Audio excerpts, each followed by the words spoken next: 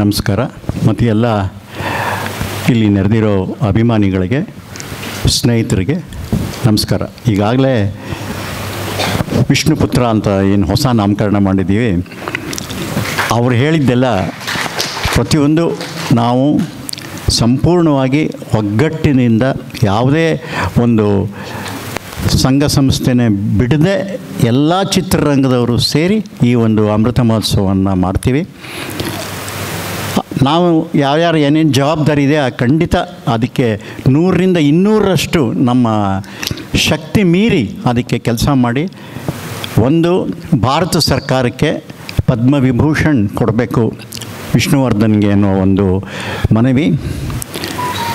ಮತ್ತು ಕರ್ನಾಟಕ ರತ್ನ ಅನ್ನೋದು ಈಗ ಆಲ್ರೆಡಿ ನಾವು ಮಾತಾಡಿದ್ದೀವಿ, ಅದನ್ನು ಖಂಡಿತ ನಮ್ಮ ಮುಖ್ಯಮಂತ್ರಿಗಳಿಗೆ ತಿಳಿಸ್ತೀವಿ. ಅವರು ಖಂಡಿತ ಮಾಡ್ತಾರೆ, ಅದರಲ್ಲಿ ಎರಡನೇ ಮಾತೇ ಇಲ್ಲ. ಏಕೆಂದರೆ ಅವರಿಗೆ ಈ ವಿಷಯ ತಿಳಿದಿರಲಿಲ್ಲ, ಈಗ ತಿಳಿದ ಮೇಲೆ ಖಂಡಿತ ಅವರು ಅದನ್ನು ಘೋಷಣೆ ಮಾಡ್ತಾರೆ.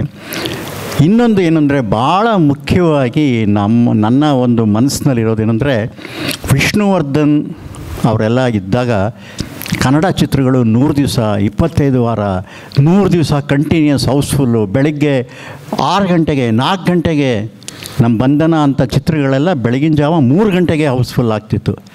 ಆ ಒಂದು ಸುವರ್ಣ ಯುಗ ಇವಾಗ ಹೋಗ್ಬಿಟ್ಟಿದೆ.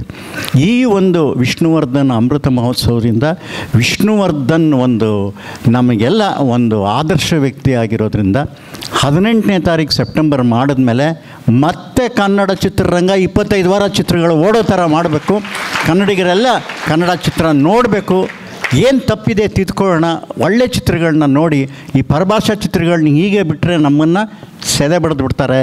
ಆದ್ದರಿಂದ ನಾವು ಕನ್ನಡಿಗರು ಎಚ್ಚೆತ್ಕೊಂಡು ಕನ್ನಡ ಚಿತ್ರಗಳನ್ನ ನೋಡಲೇಬೇಕು. ಸ್ವಲ್ಪ ಕಷ್ಟ ಆದರೂ ನೋಡಬೇಕು ಅಂತ ಹೇಳಿ ನಾವು ಪ್ರತಿಯೊಬ್ಬರಿಗೂ ಒಂದು ಮನದಟ್ಟು ಮಾಡಿಕೊಡಿ. ಆ ಸುವರ್ಣಯುಗ ಏನಿತ್ತು, ಆ ಸುವರ್ಣಯುಗನ ಮತ್ತೆ ಕನ್ನಡ ಚಿತ್ರರಂಗಕ್ಕೆ ಬಂದು ಮತ್ತೆ ಚಿತ್ರರಂಗದಲ್ಲಿ ವಿಷ್ಣುವರ್ಧನ್ ಅವರ ಹೆಸರು ಅಮರವಾಗಿರಬೇಕು.